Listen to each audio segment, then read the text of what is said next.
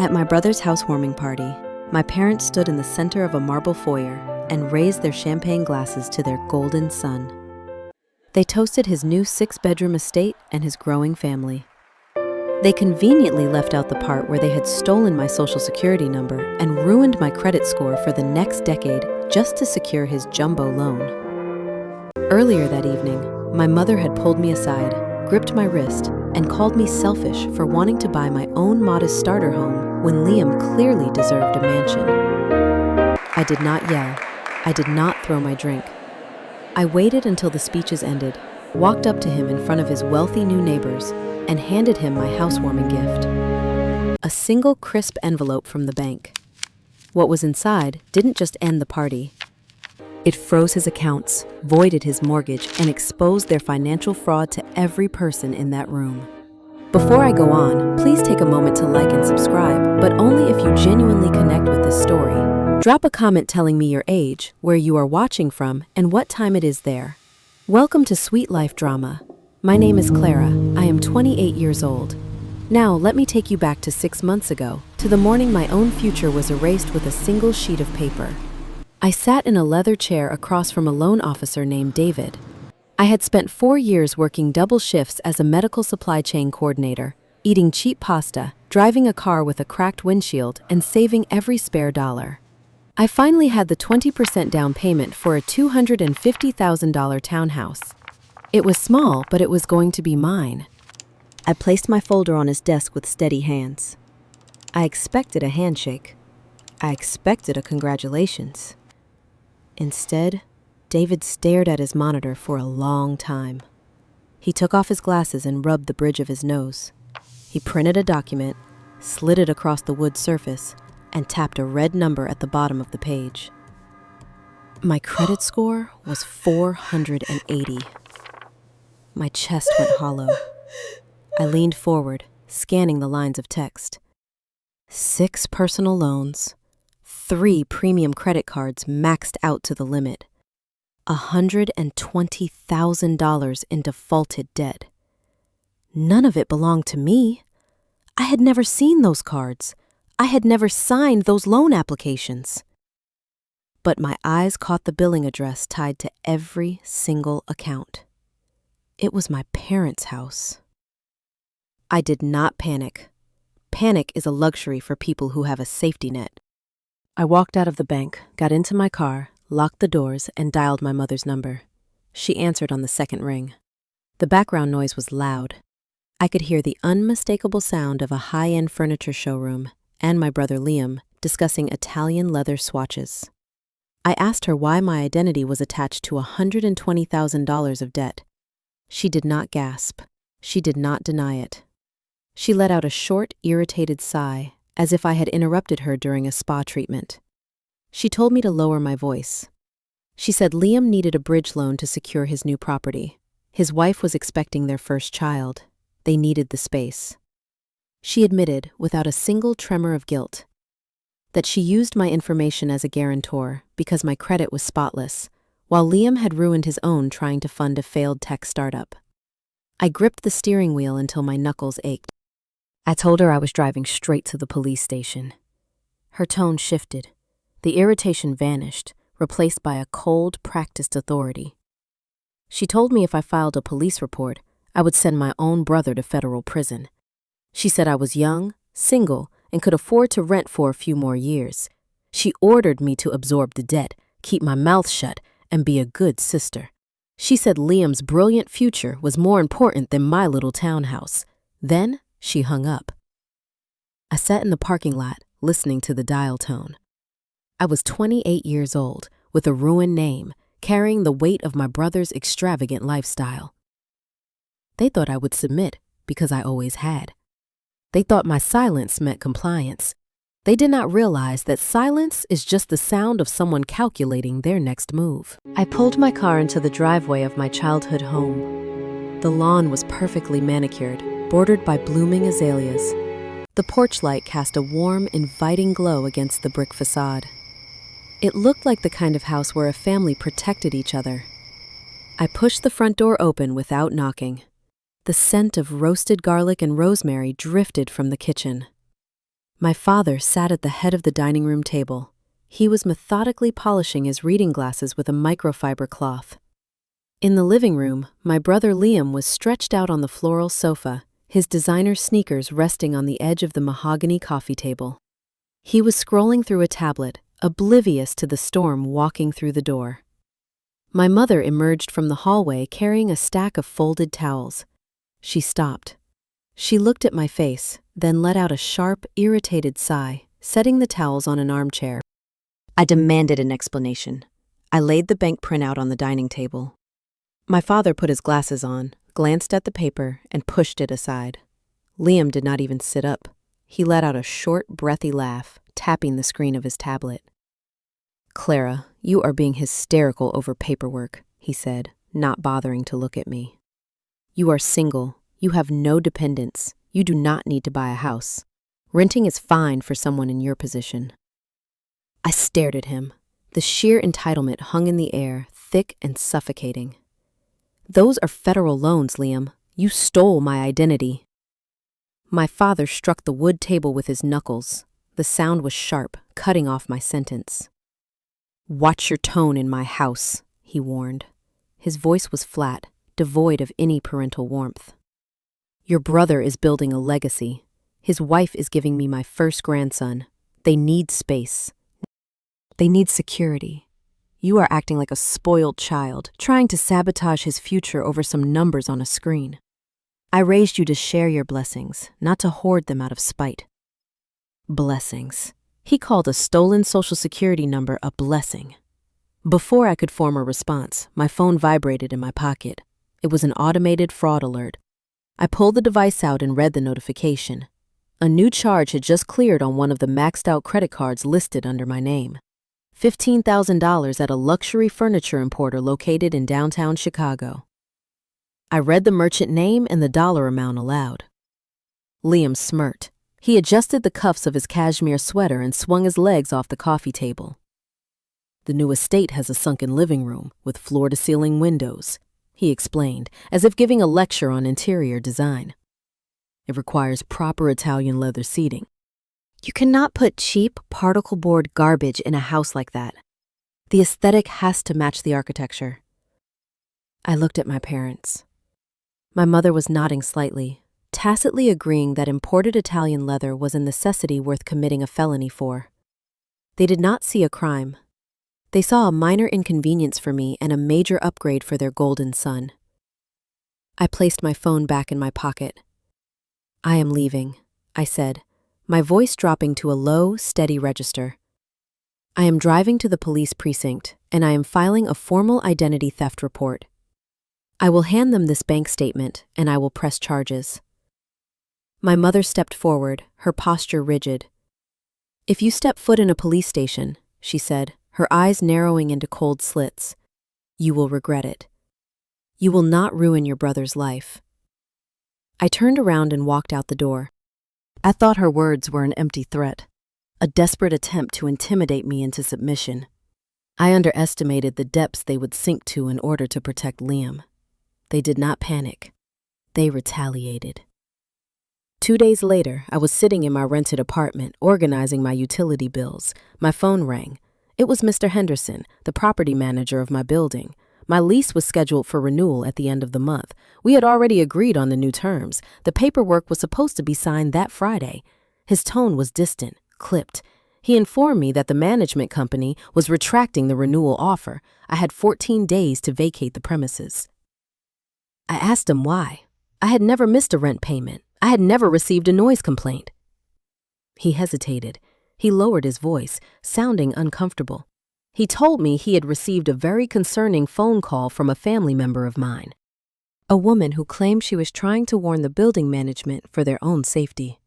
The caller stated that I was deeply involved in an underground gambling ring, that I owed dangerous people a significant amount of money, and that loan sharks were actively looking for my address. I stood in my kitchen, the phone pressed hard against my ear. My mother. She had weaponized the very concept of parental concern to destroy my housing. In the state of Illinois, a landlord does not need to prove a rumor to deny a lease renewal. They only need to perceive a liability. But my mother knew exactly how to make the lie stick.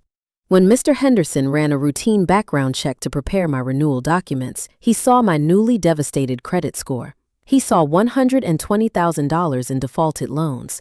To a property manager, that kind of catastrophic debt verified the gambling rumor perfectly. The fabricated story aligned with the fabricated debt. I pleaded with him. I told him it was a lie. He simply apologized and said the owner was not willing to take the risk. The call ended. I was cornered.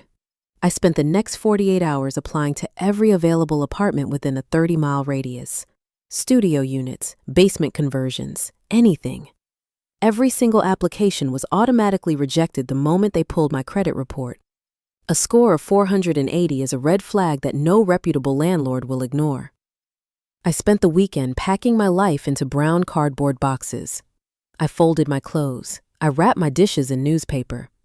Every time I taped a box shut, the sound echoed in the empty rooms. I thought about Liam, casually swiping a stolen credit card to purchase Italian leather sofas. I thought about my father, demanding I sacrifice my stability for a grandson I barely knew.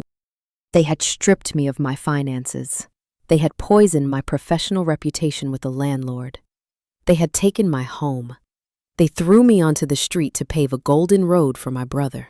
They assumed this calculated strike would break me. They believed that by taking away my shelter, I would be forced to crawl back to them, beg for a room in their basement, and quietly accept the debt as my burden to bear. I carried the last box out to my car. The sun was setting, casting long, dark shadows across the pavement. I handed my keys to the building superintendent. I had no safety net, no credit, and no destination. But as I started the engine, I did not feel the urge to surrender. I shifted the car into drive. The battle was no longer about getting an apology. It was about dismantling their entire kingdom. A credit score of 480 is a ghost sentence in modern America. It closes doors before your hand even reaches the handle. I spent 48 grueling hours searching for a landlord who would look past the algorithm.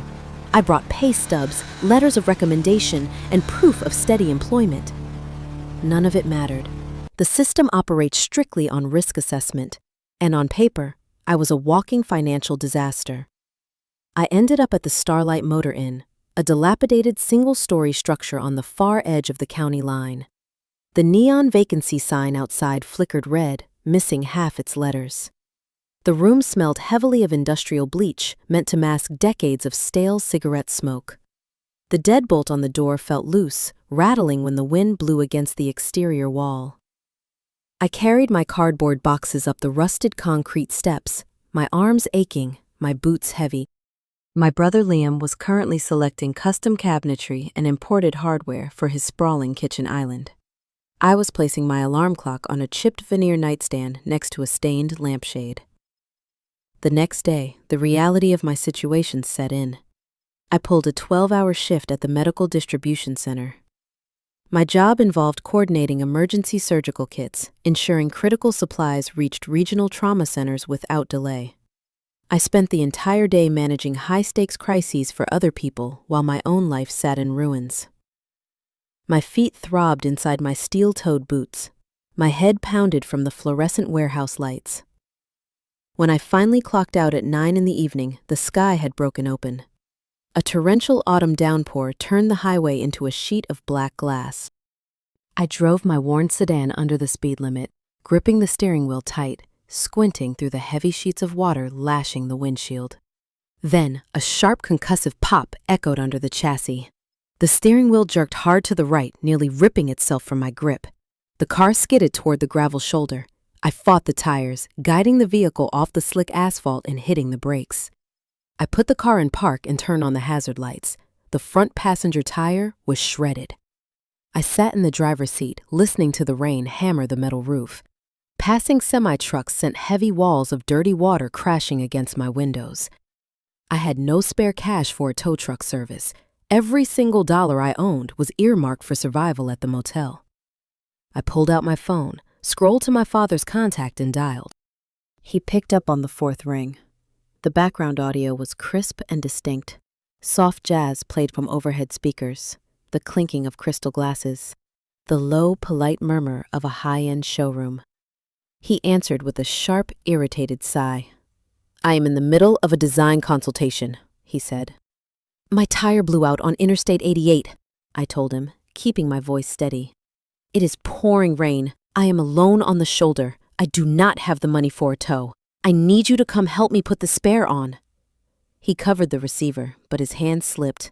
I heard him speak to Liam, his tone warm and engaging, telling him the veining on the Carrera marble looked too dark for the natural light in the foyer. He returned to the line, the warmth vanishing instantly. Clara, you are an adult, he said, his voice dripping with tired condescension. I am busy picking out marble tiles with your brother. We have a strict deadline for the contractor today. Call a roadside service. Figure it out yourself. He hung up. The line went dead. I did not cry. I did not scream at the dashboard or punch the steering wheel. Tears require energy, and I needed every ounce of mine to get off that dark highway. I pushed my car door open and stepped out into the freezing downpour. The wind cut through my work uniform in seconds, chilling me to the bone. I popped the trunk, hauled out the rusted jack and the heavy spare tire. The lug nuts were fused tight with age and road salt. I knelt in the mud in freezing water, fitted the iron over the metal, and pushed my entire body weight down. The wrench slipped. My knuckles slammed hard against the wet, jagged asphalt. Skin tore from my fingers. Blood bloomed bright red against the gray gravel, washing away instantly in the relentless rain. I stared at my bleeding hands for a fraction of a second. I repositioned the iron. I pressed down again, harder this time. The metal groaned and gave way. I changed that tire in the dark, my hands bleeding, my clothes clinging to my freezing skin, the rain blinding me.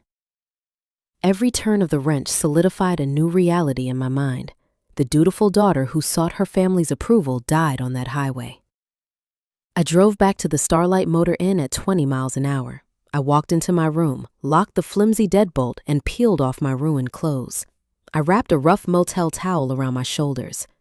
I did not go to sleep. I opened my laptop under the harsh glare of the single desk lamp. I paid a premium fee to access my deep credit history across all 3 major bureaus: Equifax, Experian, TransUnion. I did not just look at the outstanding balances. I dug into the digital footprints. I downloaded the timestamps, the digital signatures, and the exact IP addresses used to submit the fraudulent credit applications. The data logs pointed directly to the residential internet service provider registered at my parents' address. They had deliberately kept my legal permanent address registered at their house since I was in college, using the excuse that they could help receive tax documents for me. I did not realize it was a calculated move to hijack my physical mail. I also found a ghost email account they had created using a variation of my middle name, designed specifically to intercept the digital bank notifications before they ever reached me.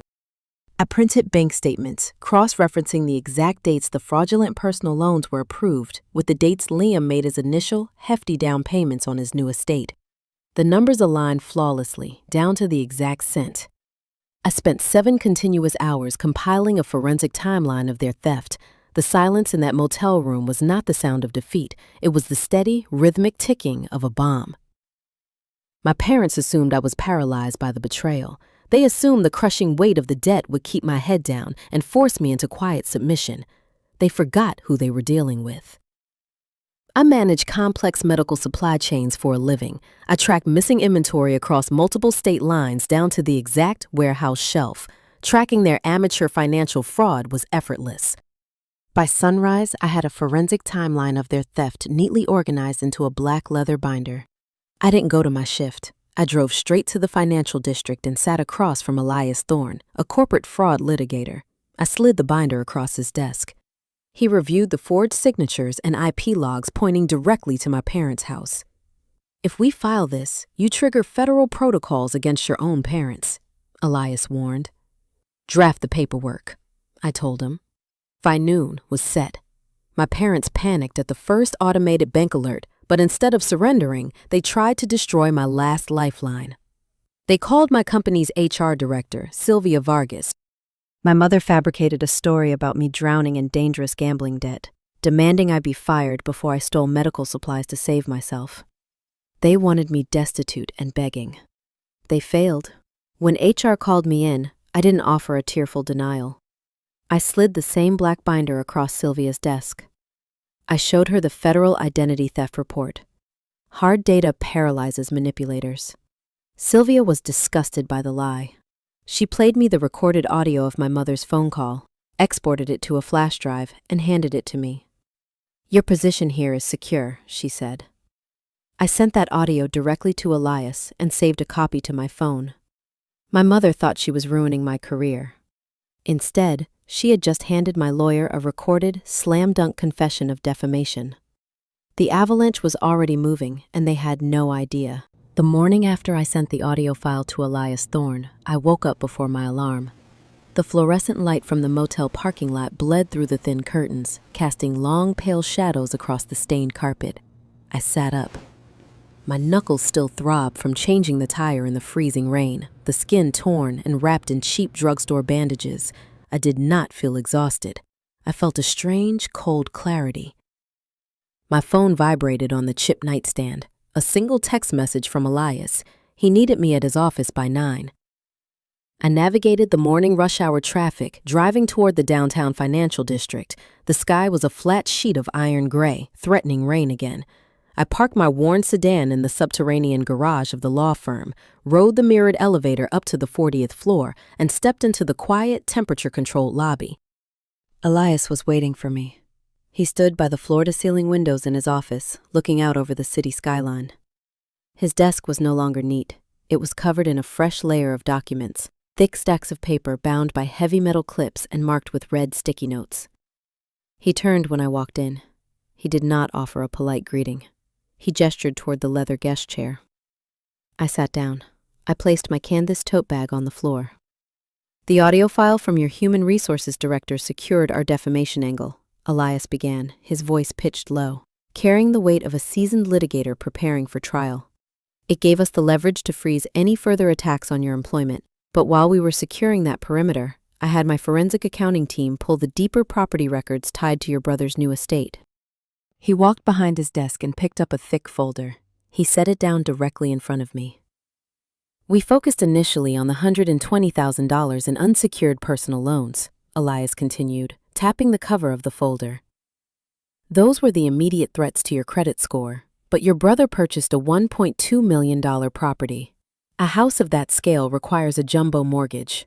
The underwriting standards for a loan of that magnitude are brutal. Banks do not hand over 7 figures based on a pristine credit score alone. They require a fortress of financial guarantees." I looked at the closed folder. Liam's tech startup failed. He carries heavy venture capital debt. He has no liquid assets. Elias nodded slowly. Exactly. His financial history made him a toxic borrower. No underwriter would approve him. So, your parents stepped in. They used your stolen identity to artificially inflate the application's creditworthiness. But your income as a supply chain coordinator, while stable, does not justify a $1 million liability. The bank required hard assets to secure the loan. He flipped the folder open. He slid a high-resolution photocopy across the polished mahogany surface. It was a property deed. I recognized the address instantly. It was the house in the suburbs, the brick facade, the blooming azaleas, the home I grew up in. "Your parents owned their primary residence free and clear," Elias said. He pointed a silver pen at a dense paragraph of legal text near the bottom of the page. "To secure the capital for your brother's mansion, they signed a cross-collateralization agreement. They pledged the deed to their own home as the secondary guarantor asset." I stared at the black ink on the white paper. The air in the office seemed to thin out. I traced the edge of the document with my bandaged finger. My parents had not just stolen my financial identity to pave a golden road for their favorite son. They had bet their entire existence on the lie. They built an empire of debt, placed me at the very bottom to carry the weight, and tethered their own shelter to the structure. They assumed I would stay buried under the rubble forever. "Explain the trigger," I said, lifting my eyes to meet his. Elias leaned forward, resting his forearms on the desk. He slipped into the surgical precision of his profession. "Federal banking regulations are rigid. When we submit your formal police report and the federal fraud affidavits, the bank's risk management department will instantly freeze the mortgage file. They will verify the forged signatures and the IP logs we extracted. By law, they must strike your name and your credit history from the loan contract. And when my name vanishes, the mortgage defaults, Elias stated, his tone flat and unyielding. Without your credit profile masking the risk, the loan no longer meets the minimum underwriting criteria. It becomes an unauthorized high-risk liability. The bank will immediately invoke the acceleration clause. I knew the term from handling corporate vendor contracts. They call the debt. They accelerate the timeline, Elias confirmed. They will cease asking for monthly installments. The bank will issue a formal demand for payment in full, $1.2 million, due typically within 30 days. I pictured Liam sitting on his imported Italian leather sofa, sipping expensive wine, swiping a credit card that belonged to me. He does not have $1 million. He does not have a fraction of that. No, he does not, Elias agreed. When the 30-day cure period expires and the funds are not produced, the bank will initiate aggressive recovery protocols. They will file a notice of default. They will seize the new estate to liquidate the asset. Elias paused. He looked down at the property deed resting between us, then back up at me. And because of the cross-collateral agreement, he said, his voice dropping to a near whisper, they will seize the secondary asset to cover the remaining deficit. The bank will foreclose on your parents' home. The silence that followed was heavy and profound. I listened to the faint hum of the climate control system. I thought about Mr. Henderson, my former property manager, calling me to retract my lease renewal. I thought about the cardboard boxes stacked in my freezing motel room. My parents had orchestrated my eviction with chilling efficiency. They had thrown me onto the street, fabricated a gambling addiction to ensure I stayed there, and demanded I sacrifice my stability for a grandson I barely knew. They thought forcing me into poverty would break my will. Instead, the very mechanism they used to steal my future was currently aimed directly at their own front door. The irony was sharper than a scalpel. Elias opened the top drawer of his desk. He pulled out a fresh stack of paper, printed on thick legal stock. He placed it next to the silver pen. These were the final federal affidavits, the formal identity theft reports bound for the FBI Cyber Division and the national banking authorities. If you sign these, Elias warned, his eyes locking onto mine, holding my gaze steady, the chain reaction leaves our hands. It becomes automated federal procedure. We cannot retract it. We cannot negotiate a settlement later. The bank will act to protect its capital. Your brother will face federal fraud inquiries. Your parents will lose their house. There is no turning back from this desk. He was giving me the out. The final chance to be the obedient, enduring daughter my father demanded. I looked at the silver pen. I remembered the cold rain lashing against my windshield on Interstate 88. I remembered my father covering the phone receiver to discuss marble veining with Liam, before telling me to figure out my shredded tire alone. I remembered my mother standing in my kitchen, wiping the granite counter, telling me I lacked grace while Liam's son dropped roast beef on my floor. They wanted me to absorb their sins. They wanted me to be the foundation they stepped on to reach higher ground. I reached across the desk. My bruised knuckles ached as I picked up the heavy silver pen. The metal felt cold against my skin. I pulled the first affidavit toward me. I did not hesitate. I did not let my hand hover. I pressed the tip to the signature line and wrote my name in smooth, dark ink. I flipped to the second page. Signed. I flipped to the third. Signed. The sound of the pen scratching across the heavy paper was the only noise in the room, a steady, rhythmic testament to a boundary finally being drawn. When I reached the last page, I capped the pen. I placed it gently beside the stack. I pushed the documents back across the mahogany desk. Elias looked at the fresh ink, then up at my face. He nodded once, a gesture of quiet, unmistakable respect. I will transmit these to the federal authorities and the bank's fraud division before the hour is out. I stood up. I picked up my canvas tote bag and slung it over my shoulder. "Let me know when the bank issues the foreclosure notices," I said. I turned and walked out of the office. I stepped into the mirrored elevator and pressed the button for the lobby. The doors slid shut, sealing the trap. The countdown had officially begun. The bureaucratic machinery of the federal banking system operates without sound. There are no warning bells. There are no sirens. When a corporate litigator submits a verified identity theft affidavit to a national lender, the response is swift and digital. Accounts lock. Underwriting files freeze. Risk management protocols activate in sterile server rooms thousands of miles away. While Elias Thorne and his paralegals triggered an avalanche in the financial district, the skies over my parents' house remained clear. They were entirely blind to the storm gathering above their heads. They believed they had already won. They assumed my silence over the past few days was the silence of a broken spirit. They thought forcing me out of my apartment and into a roadside motel had stripped away my defiance. To them, I was just waiting for a command to surrender. That command arrived on a Thursday afternoon. I was standing on the concrete floor of the Medical Logistics Center, signing off on a freight delivery of sterile saline, when the front desk receptionist paged me. A courier had dropped off an envelope requiring my direct signature. I wiped the dust from my hands, walked to the lobby, and took the heavy parchment envelope from the counter. It did not look like corporate mail. It was thick, textured stock, the kind used for high society galas. I carried it to the break room, sat at a plastic table, and broke the wax seal. Inside was a housewarming invitation. The edges were trimmed in gold foil. The cursive font was elegant, looping, and expensive. It announced a lavish evening gathering to celebrate Liam and his wife moving into their new estate. The date was set for Saturday night, 2 days away. I ran my bruised index finger over the gold lettering. My brother had financed this heavy cardstock, and the mansion it celebrated, using my stolen name. The sheer arrogance of sending this to me felt less like an invitation and more like a summons to witness my own defeat. My phone vibrated against the plastic table. A text message from my mother. I opened the screen. The text was not a question. It was a directive, typed with the cold authority of someone holding a whip. "The invitation was delivered to your office," the message read.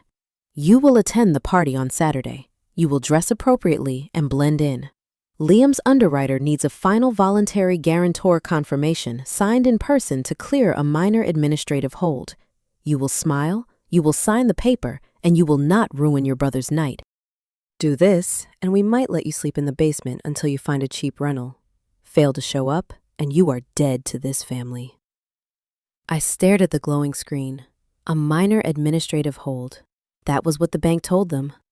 The automated system had flagged the account, and my parents, swimming in their own delusion, assumed it was just a routine paperwork glitch. They believed they just needed my physical signature to override the system and finalize the theft. They thought they still held the leash. A year ago, a text like that would have sent a spike of panic through my chest. I would have agonized over the wording. I would have felt the crushing weight of their rejection. Now, sitting under the flickering fluorescent lights of the break room, I felt nothing but a cold, clinical focus. I tapped the reply box. I did not type a paragraph of grievances. I did not threaten her. I played the exact role she demanded. I crafted the response of a defeated daughter crawling back for shelter. "I understand," I typed. "I am sorry for overreacting before. I will be there on Saturday. I am bringing a surprise to make up for my behavior." I hit send. I watched the screen. The red receipt appeared almost instantly. 3 gray dots danced as she typed her reply. "See that you do. Do not embarrass us." I locked my phone and slid it into my pocket. I threw the gold-trimmed invitation into the recycling bin, went back to the loading dock, and finished my shift. I had a party to prepare for. Friday evening. The atmosphere at the Starlight Motor Inn was thick with impending rain. The air smelled of wet asphalt and ozone. I was sitting on the edge of the sagging mattress, drinking bitter instant coffee from a foam cup, when a heavy knock rattled the thin wooden door. I looked through the peephole. A man in a dark suit stood on the concrete walkway. holding a waterproof document sleeve. It was Elias Thorne's private courier. I undid the chain lock and opened the door. He handed me the sleeve, requested my signature on his tablet, and walked back to his idling car. I carried the sleeve to the chipped veneer desk. I turned on the single desk lamp. The bulb buzzed faintly. I unzipped the waterproof seal and pulled out a stack of legal documents. These were not copies of my affidavits. These were the bank's official responses. The automated gears had finished turning. The top document was a notice of default. The second was a demand for payment. I spread the papers flat under the harsh light. The legal language was dense, but the conclusion was unmistakable. The fraud division had verified the forged signatures and IP addresses. My name had been surgically excised from the $1.2 million mortgage. Without my pristine credit profile acting as a shield, Liam's financial toxicity was exposed. The loan was unauthorized. The bank was invoking the acceleration clause.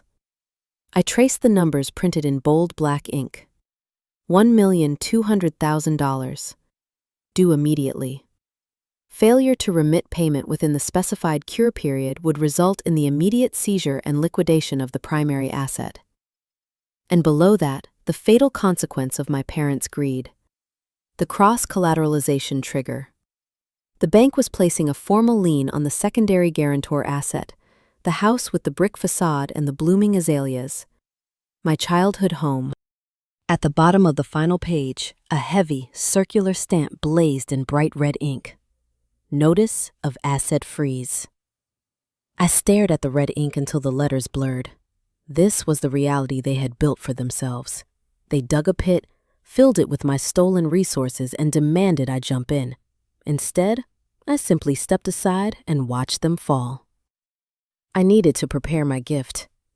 I left the motel and drove to a discount department store 2 towns over. I bypassed the racks of bright colors and intricate designs. I found a simple, muted gray dress. It was plain, shapeless, and entirely unremarkable. It was the kind of garment designed to make the wearer disappear into the background. It was exactly what my mother would want me to wear. I paid $30 in cash and drove to a stationery boutique. I purchased a single, high-quality greeting card. The paper was thick, textured cotton. I bought a matching envelope and a spool of satin ribbon, the exact shade of gold they used on their housewarming invitations. I returned to the motel room. I laid the gray dress across the bed.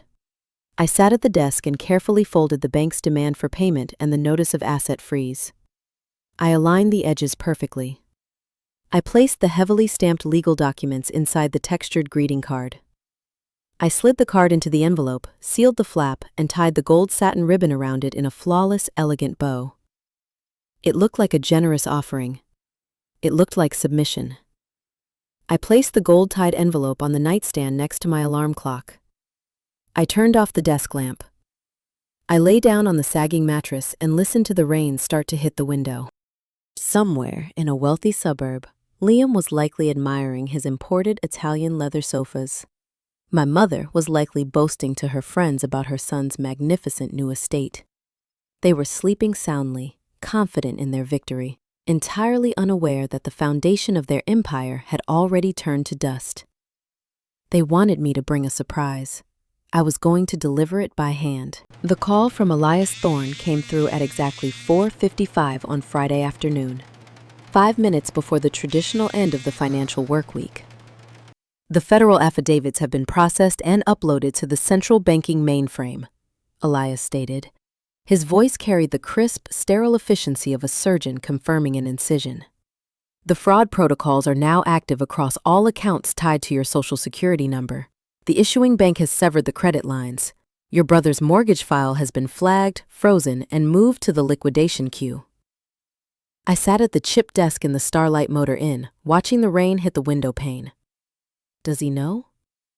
No, Elias replied, and he will not know today. You timed this perfectly, Clara. He explained the architecture of the banking system's security loop. When a catastrophic fraud freeze is initiated late on a Friday, the automated algorithms instantly lock the funds to prevent capital flight. The accounts go dark immediately. However, the external notification system, The automated emails and the certified letters drafted by the risk management department are generated during standard business hours. Those notifications would sit in a digital holding pattern until Monday morning. My brother was currently standing inside a 48-hour phantom zone. His financial existence had already been terminated, but the system had not yet informed the corpse that it was dead. I thanked Elias and ended the call. The motel room felt different now. The buzzing neon sign outside, the stale smell of the carpet, the thin walls, none of it mattered.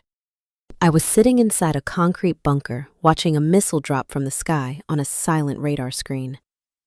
I opened an application on my phone. My mother maintained a public social media profile, treating it as a broadcast channel for her curated version of reality. For the past week, her page had been a relentless stream of updates regarding the housewarming party. I tapped on her latest story. The video loaded. Liam was standing in the center of a high-end wine boutique. The shelves behind him were lined with imported vintages and rare champagnes. He was wearing a tailored charcoal blazer, holding a bottle of Reserve Pinot Noir up to the camera. My mother's voice narrated from behind the lens, praising his exquisite taste and the lavish spread they were preparing for the guests. Then, the camera angle shifted. Liam walked up to the mahogany checkout counter. The clerk scanned 4 cases of wine. The total flashed on the digital register screen. $2,800. Liam pulled a heavy metal credit card from his leather wallet and handed it to the clerk. The man slid it into the terminal. I watched the screen intently. Several seconds passed. The clerk frowned, pulled the card out, and wiped the magnetic strip against his apron. He inserted it a second time. Another pause. The clerk looked up, his expression apologetic but firm. He shook his head and slid the metal card back across the counter. Liam's smile faltered. A flicker of genuine confusion crossed his face, followed instantly by a wave of defensive arrogance. He waved his hand dismissively, laughing for the camera. "Security algorithms are too sensitive these days," Liam declared, his voice projecting casual wealth. "The bank always flags these large weekend purchases. They think someone stole my wallet to buy vintage Bordeaux. The price of living well, I suppose." He reached into his pocket, pulled out a different card, a secondary debit account likely tied to his dwindling startup funds, and paid for the wine. My mother ended the video with a cheerful caption about the struggles of high society living. I locked my phone and set it on the nightstand next to the gold-ribboned envelope I had prepared. He actually believed it was a routine security flag. He had no concept of the magnitude of the snare that had just snapped shut around his ankle. He was going to spend the next 24 hours acting as the magnanimous host, pouring expensive wine for his wealthy friends, entirely oblivious to the fact that the ground beneath his custom Italian leather shoes had ceased to exist. Saturday morning arrived with a clear, sharp sky. The autumn air was cold and biting. I spent the daylight hours in a state of suspended animation. I did not eat. I drank 2 cups of black coffee and reviewed the foreclosure documents in my mind. I memorized the exact phrasing of the acceleration clause. I visualized the red ink of the federal stamp. At 5 o'clock in the evening, I began the physical transformation. I took the muted gray dress from the closet hanger. It was a garment devoid of ambition or style. It hung loose around my waist and fell past my knees in an unflattering line. I pulled my hair back into a severe, tight knot at the nape of my neck. I applied no makeup. I looked at my reflection in the scratched bathroom mirror. I looked like a shadow. I looked like a woman who had been beaten down by circumstance. A woman who had accepted her place at the bottom of the family hierarchy. I looked exactly the way my mother needed me to look to validate her narrative of superiority. I picked up the envelope. The heavy cotton paper felt substantial in my hands. The gold satin ribbon caught the harsh light of the motel bathroom. It was a beautiful piece of camouflage. I walked out of the Starlight Motor Inn, got into my worn sedan, and turned the key. The engine sputtered once before catching. I pulled out of the parking lot and merged onto the highway, heading west toward the affluent suburbs. The drive took 40 minutes. With every mile, the landscape shifted. The pawn shops, discount grocers, and chain-link fences slowly gave way to manicured parkways, stone retaining walls, and towering oak trees. The streetlights here were designed to look like antique gas lamps. The asphalt was smooth and dark. This was a neighborhood built to insulate its residents from consequence. I turned onto Liam's new street. The estate occupied a double lot at the end of a sweeping cul-de-sac. Even from a distance, the scale of the theft was staggering. The house featured a slate roof, towering arched windows, and a limestone facade. Light poured from every room, illuminating the dark autumn evening. The street was lined with luxury vehicles. Mercedes sedans, Range Rovers, and imported sports cars idled in a long queue leading up to the circular driveway. A team of valets wearing crisp white shirts and black vests jogged back and forth, opening doors and handing out claim tickets. I did not join the queue. I drove 3 blocks past the estate, parked my scarred sedan under the shadow of a large elm tree, and turned off the engine. I sat in the quiet cabin for a moment. The air was still. I picked up the gold envelope from the passenger seat, stepped out of the car, and began the walk back toward the mansion. The physical sensation of my boots hitting the pristine concrete sidewalk anchored me. I listened to the distant sound of a string quartet drifting on the evening breeze. I could smell the rich, smoky scent of catered hors d'oeuvres. I reached the edge of the property. Wrought iron gates stood wide open, welcoming the city's elite into my brother's fabricated kingdom. I walked past the valet stand. A security guard stepped forward, ready to block my path. I looked him dead in the eye, held up the expensive gold ribbon envelope, and said in a flat, unyielding voice, "I am the host's sister. I brought a special gift." He looked at the envelope, hesitated for a fraction of a second, then stepped back to let me pass. I stepped onto the slate walkway leading to the massive double doors of the main entrance. The doors were propped open, spilling warm yellow light onto the front steps. I gripped the gold envelope, my thumb resting over the knot of the ribbon. I stepped over the threshold and walked into the lion's den. I stepped over the threshold, and the sheer scale of the theft hit me like a physical force. The foyer of the $1.2 million estate was lined with imported white marble that reflected the warm, golden glow of a massive crystal chandelier suspended from a vaulted ceiling. A string quartet played a soft, elegant classical piece from a raised alcove near the sweeping mahogany staircase. Waiters in crisp black vests and white gloves moved fluidly through the crowd, carrying silver trays adorned with flutes of expensive champagne and delicate culinary creations. The air smelled of fresh lilies, roasted truffles, and the heavy, undeniable scent of newly minted wealth. 100 guests filled the main hall. These were not our extended relatives or childhood neighbors. These were local politicians, real estate developers, corporate investors, and high society figures my brother had spent years desperately trying to impress. Women wore silk evening gowns and heavy diamond jewelry. Men stood in tailored tuxedo jackets, swirling amber liquid in crystal glasses, discussing profit margins and golf handicaps. I stood near the entrance in my $30 shapeless gray dress. I looked like a ghost that had wandered into a royal banquet. I scanned the room and found my parents holding court near a towering stone fireplace. My father wore a pristine charcoal suit. He was laughing loudly at a joke told by a man I recognized as a prominent regional bank executive. My father clinked his glass against the executive's, gesturing grandly to the custom woodwork of the mantel as if he had carved it with his own bare hands. He was soaking in the borrowed prestige, feeding on the respect of men who would normally never give him the time of day. My mother stood beside him, radiating a manufactured grace. She wore a floor-length emerald gown that draped perfectly across her figure, her hair styled into an intricate, flawless updo. She was speaking to the bank executive's wife, a gentle, practiced smile playing on her lips. She looked like the proud matriarch of a successful dynasty.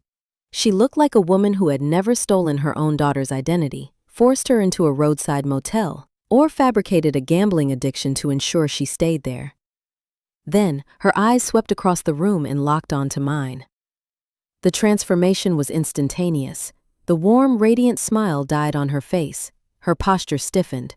She excused herself from the conversation with a tight-clipped nod and began walking toward me. She did not weave through the crowd with the slow, elegant grace she had just displayed. She moved with the targeted precision of a predator, zeroing in on a threat. She reached the edge of the foyer, grabbed my upper arm, and pulled me hard behind a thick pillar draped in floral garlands, shielding us from the view of the main hall. Her manicured fingernails dug sharply through the thin fabric of my dress, pressing into my skin. She smelled of expensive vanilla perfume and cold gin. "What are you wearing?" she hissed, her voice dropping to a venomous whisper. Her eyes raked over my plain gray dress, her upper lip curling in visible disgust. "You look like a vagrant. I told you to dress appropriately. You are doing this on purpose to make us look bad." I kept my face perfectly still. I did not pull my arm away. I looked into her furious, panicked eyes and offered the exact response she needed to hear. "I could not afford anything else," I said, my tone flat, stripped of all defiance. This was all I had left. The admission of poverty fed her ego instantly. The tight, panicked lines around her mouth relaxed, replaced by a smug, satisfied superiority. She released my arm and smoothed the non-existent wrinkle from her emerald gown. She believed the gray dress was a white flag. She believed she had successfully broken me. "Listen to me carefully," she instructed, her voice regaining its cold, commanding authority. "The notary arrives in 30 minutes. He will be waiting in the study down the hall. When I give you the signal, you will walk in there. You will smile. You will sign the guarantor confirmation paperwork. You will not ask questions, and you will not ruin your brother's night. Do you understand me? Do not embarrass me, Clara." Before I could answer, a shadow fell over us.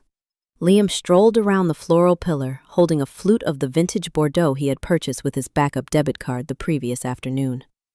He wore a bespoke midnight blue suit that fit his shoulders with exact precision. His hair was impeccably styled. He looked every inch the successful tech founder he pretended to be. He stopped beside our mother, took a slow sip of his wine, and looked me up and down. A cruel, arrogant smirk spread across his face. "I am surprised you actually showed up," Liam said, his voice dripping with casual disdain. "I figured you would be too busy packing your bags at whatever cheap motel you crawled into, but I suppose it is good for you to see how the other half lives." He gestured expansively with his free hand toward the soaring marble columns and the crystal chandeliers shining above the foyer. "Take a good look around," Liam mocked, stepping closer, invading my personal space to ensure I felt the full weight of his condescension. "You could work double shifts at your little warehouse job for your entire life, and you still could not afford the window curtains in this room.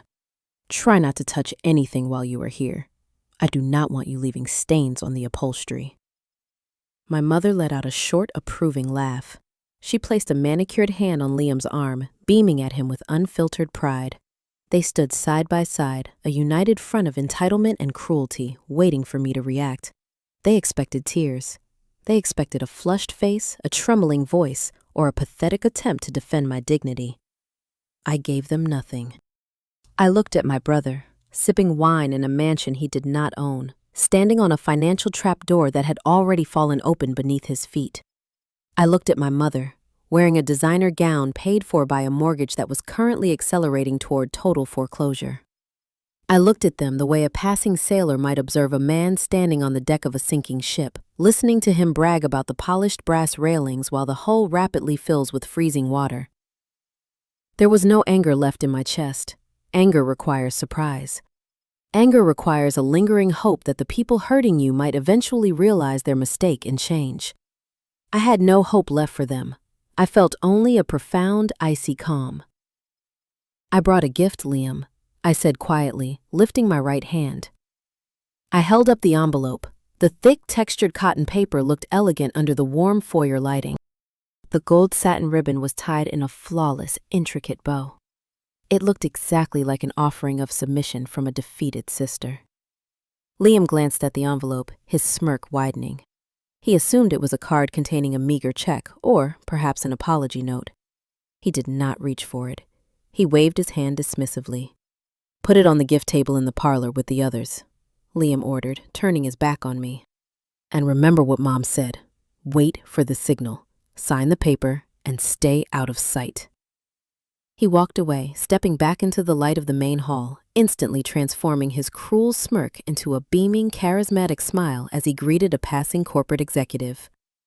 My mother gave me one final warning glare, then turned and followed her golden son back into the crowd. I was left alone in the shadows of the floral pillar. I lowered the gold ribbon envelope. The paper felt heavy, anchoring me to the reality of the moment. Inside rested the federal notice of foreclosure and the formal demand for payment, printed in sharp black ink and stamped with the unyielding red seal of the National Banking Authority. I did not walk to the parlor. I did not look for the gift table. I stepped out from behind the pillar and walked directly into the center of the main hall. I moved slowly, my plain gray dress a stark anomaly against the sea of silk and tailored wool. I wove through the laughing guests, stepping around waiters carrying silver trays, until I reached a clear vantage point near the towering stone fireplace. I stood with my back straight, holding the envelope in front of me with both hands. I felt the vibration of the string quartet humming through the hardwood floor beneath my boots. The room buzzed with the sound of 100 wealthy people drinking, laughing, and celebrating a lie. I stood in the center of their opulent, stolen kingdom, surrounded by the scent of fresh lilies and the clinking of crystal, and I waited for the speeches to begin. Liam tapped his crystal flute with a silver spoon. The sharp, clear chime cut through the low hum of conversation. The string quartet stopped playing. 100 faces turned toward the grand staircase where my brother stood. He rested one hand casually on the mahogany banister. He wore the confident, relaxed expression of a man who believed he had conquered the world. He raised his glass to the room. "Thank you all for being here tonight," Liam began, his voice projecting easily across the marble foyer. "Building this estate, building this life, it took vision. It took sacrifice. But most importantly, it took a foundation of unwavering support." He gestured toward our parents standing near the fireplace. My father stood tall, adjusting his tie, soaking in the admiration of the regional bank executives and real estate developers surrounding him. My mother placed a hand over her heart, performing the role of the humble, overwhelmed matriarch with practiced grace.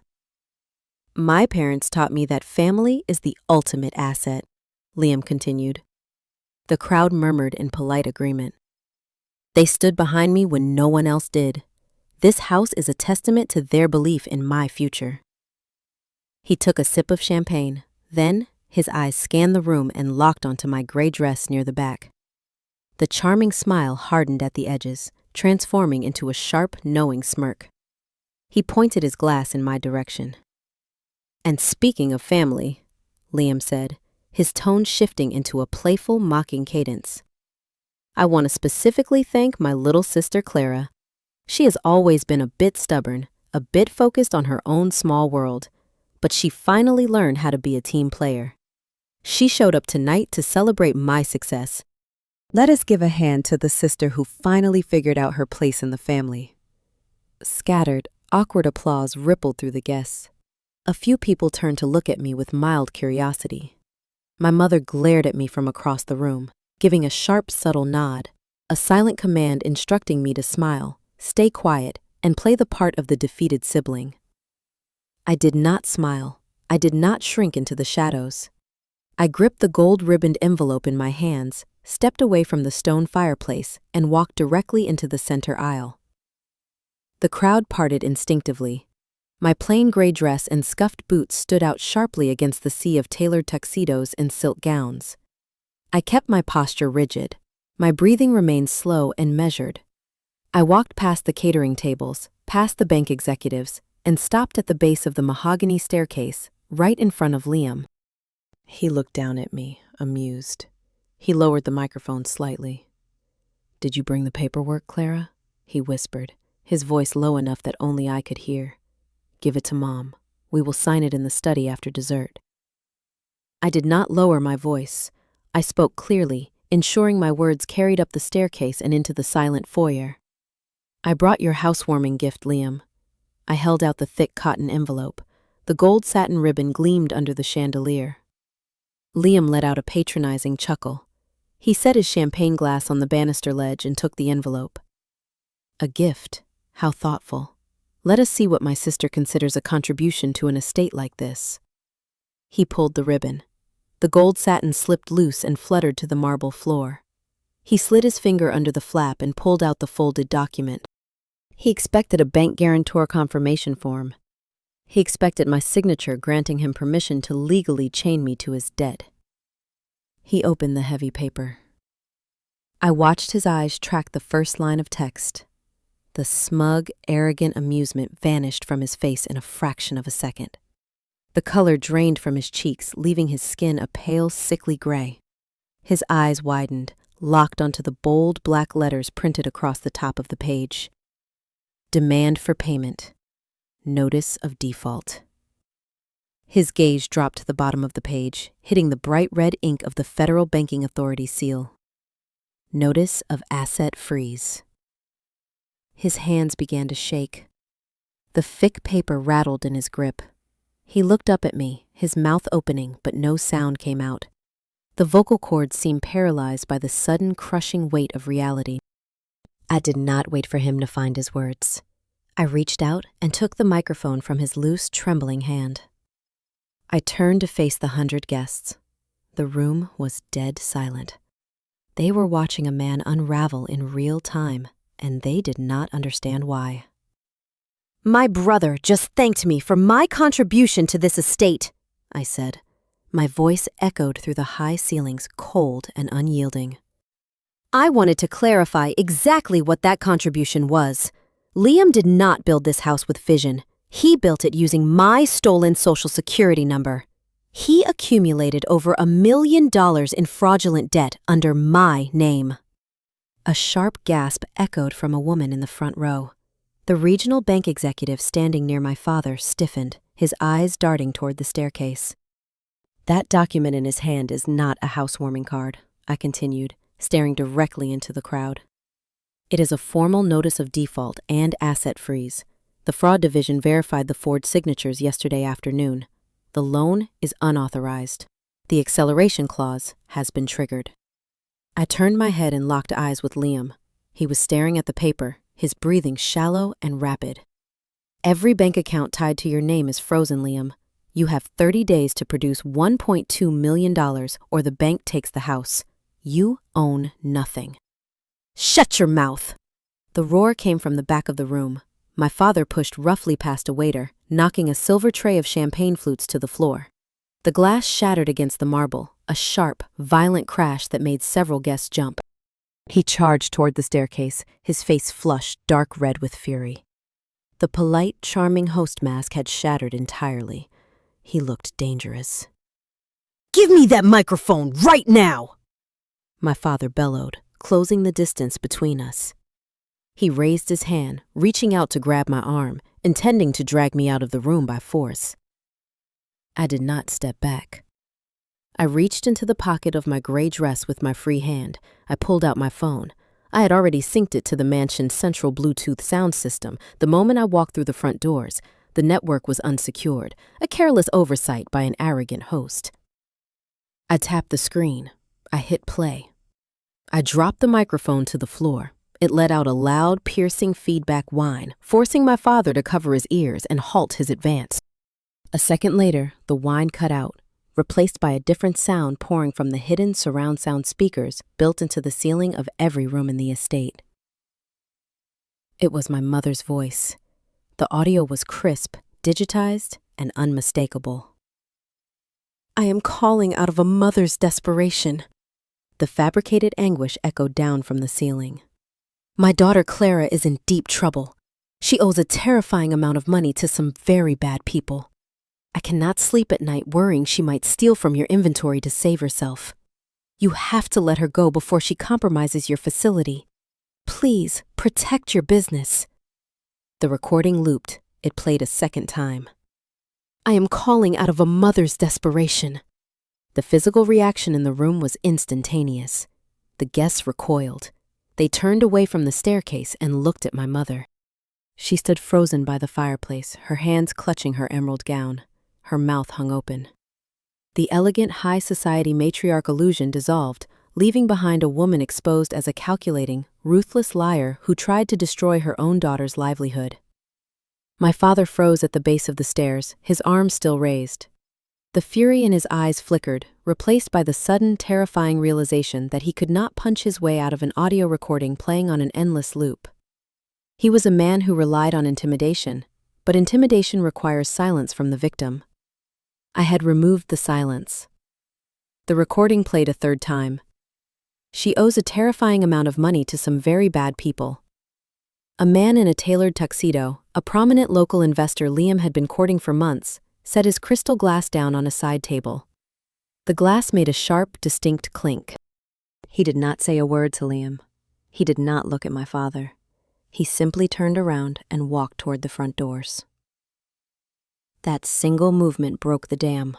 The exodus began. It was not a chaotic stampede. It was a quiet, deliberate, and devastating retreat. The wealthy elite of the city do not involve themselves in federal fraud investigations. They distance themselves from toxicity with brutal efficiency. Women picked up their silk clutches. Men adjusted their jackets and guided their partners toward the exit. The valets outside scrambled to retrieve vehicles as a flood of guests poured out of the mansion. No one offered sympathies. No one asked for an explanation. The evidence was printed in red ink and echoing from the ceiling. I stood on the bottom step of the mahogany staircase and watched the room empty. My mother collapsed into a padded chair, burying her face in her hands, her shoulders shaking with dry, silent heaves.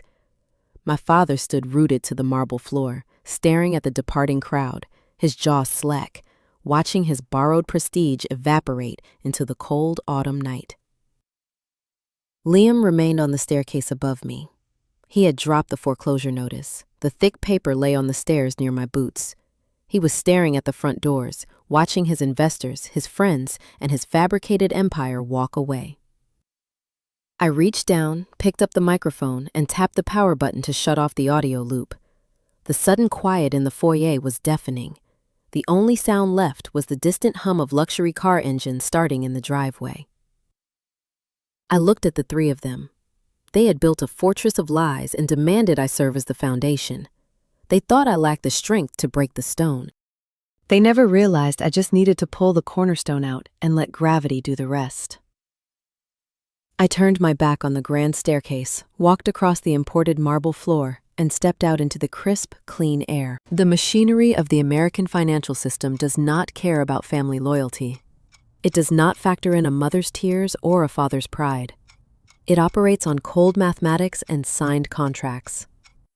On Monday morning, the phantom zone evaporated. The reality my family had tried to outrun finally caught up to them, and the impact was catastrophic. The issuing bank moved with surgical precision to protect its capital. Liam missed the initial 30-day cure period to produce $1.2 million. He never had a fraction of that amount, and his venture capital backers vanished the moment rumors of federal identity theft began circulating. 2 weeks after the disastrous housewarming party, a pair of private security contractors hired by the bank arrived at the estate. They bypassed the grand mahogany double doors and went straight to the service entrance. They changed every lock on the property. A stark white legal notice was taped to the front window, facing the sweeping cul-de-sac. Foreclosure, no trespassing. Liam and his pregnant wife were given exactly 4 hours to gather their personal belongings. I did not witness this in person, but Elias Thorne's office kept me updated on the asset recovery process. My brother, the tech founder who bragged about Italian leather and bespoke suits, carried black trash bags full of clothes out to a rented economy sedan. His luxury lease sports car was repossessed by a different lender 3 days later. But Liam's downfall was only the first domino. The true devastation struck the house in the suburbs. My parents had pledged their primary residence as collateral. They had bet the roof over their heads on my stolen name. When Liam defaulted, the bank activated the cross-collateral lien. My father hired a discount bankruptcy attorney, hoping to shield the house using state homestead exemptions. The judge threw the petition out. You cannot shield an asset that was leveraged to commit deliberate systemic fraud. The bank seized the property. The house with the brick facade, the blooming azaleas, and the pristine lawn was auctioned off to a commercial developer. My parents had 30 days to vacate the home they had lived in for over 3 decades. They had no savings left. My mother's secret accounts had been drained trying to pay Liam's mounting legal retainers. They ended up renting a cramped two-bedroom apartment on the second floor of a decaying complex in a high-crime neighborhood on the far east side of the city. The windows rattled every time a heavy truck drove past. The hallways smelled of stale grease and damp carpet. My father, who had spent his entire life looking down on the working class, now had to take the public bus to a part-time shift at a hardware store just to cover the electric bill. The social exile was even swifter than the financial ruin. The country club revoked their membership. My mother's affluent friends stopped returning her calls.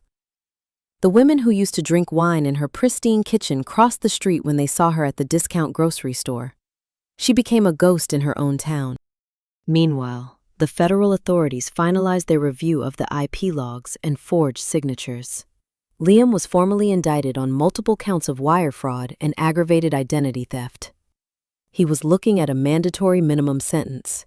His golden future was replaced by endless court dates and public defenders.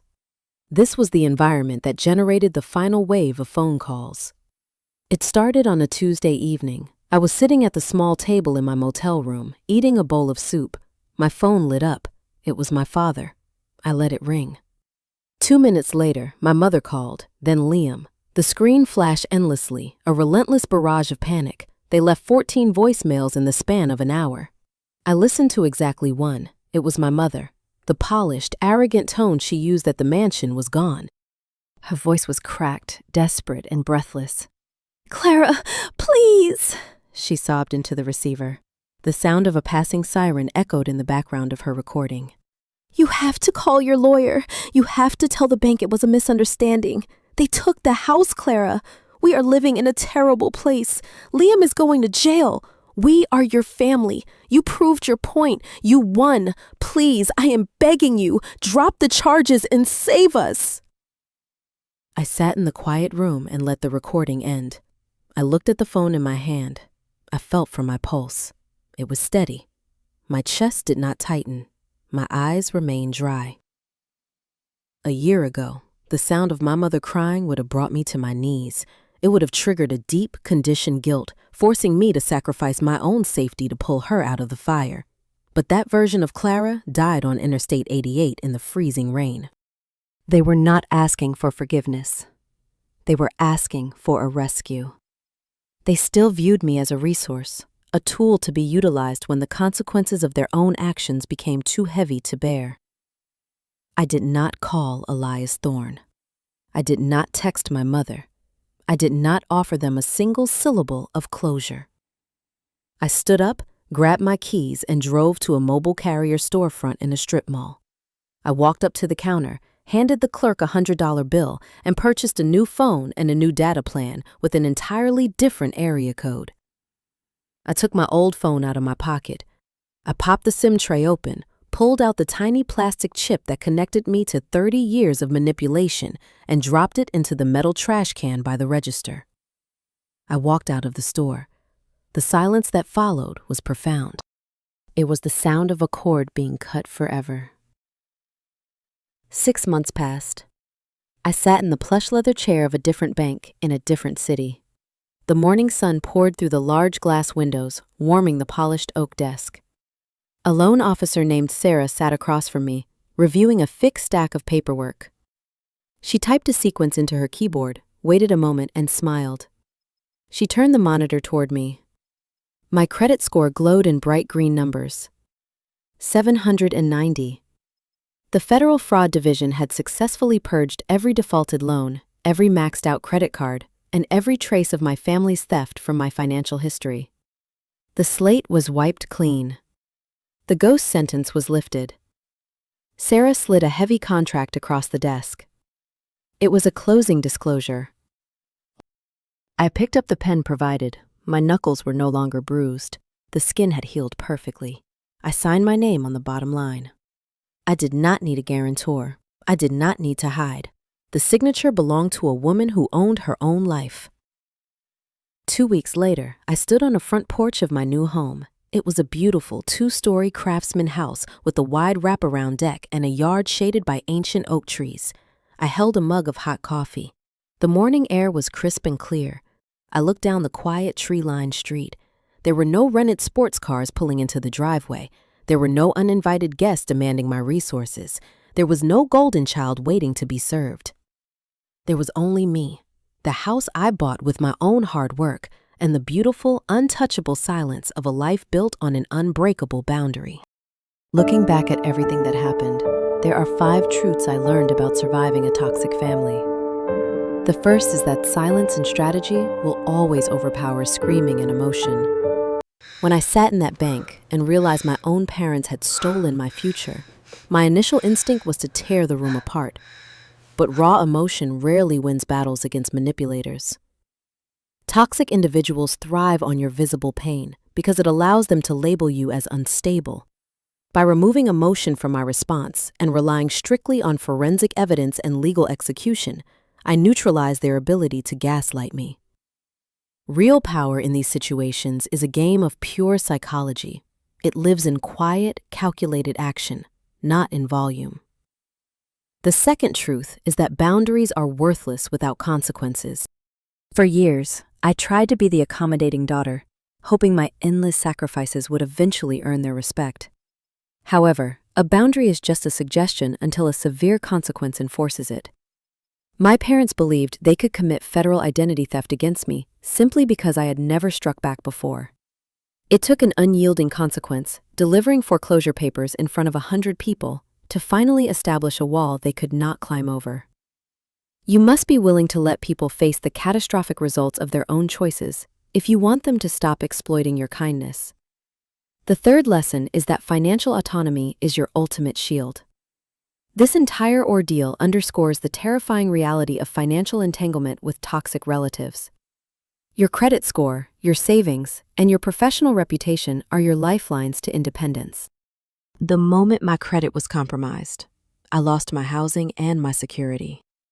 Reclaiming that autonomy was my only path to freedom. Never allow anyone, regardless of their blood relation, to have unchecked access to your financial identity. Protecting your resources is a fundamental requirement for your survival in the modern world. The fourth truth is that favoritism is a systemic flaw in their psychology, not a reflection of your personal failure. I suffered for years, believing that if I just worked harder or gave more, I would receive the same love as my brother. This dynamic has nothing to do with the scapegoat's actual worth, but rather serves as a tool for the parents to minimize their own guilt and maintain a false narrative of family control. My parents' willingness to risk their own home for a man who contributed nothing was a profound dysfunction. Recognizing that their conditional love was a reflection of their own brokenness, rather than my inadequacy, freed me from the lifelong pursuit of their validation. The final lesson is that true justice often requires you to walk away permanently. There is no magical reconciliation at the end of this journey. True justice in a dynamic this toxic does not look like a tearful apology and a reunited family sitting around a dinner table. It looks like the target walking away, fully intact, while the abusers sit in the ruins they built with their own hands. Forgiving yourself for leaving and understanding that you owe zero loyalty to those who actively scheme to destroy you is the most crucial step in healing and finding vicarious justice for your own inner child. You cannot rebuild a healthy life while keeping a door open for the people who burned it down. If this story resonated with you, please hit that subscribe button to join our community at Sweet Life Drama, where we share more stories of standing up, fighting back, and reclaiming your life. Let me know in the comments which of these 5 lessons hit you the hardest.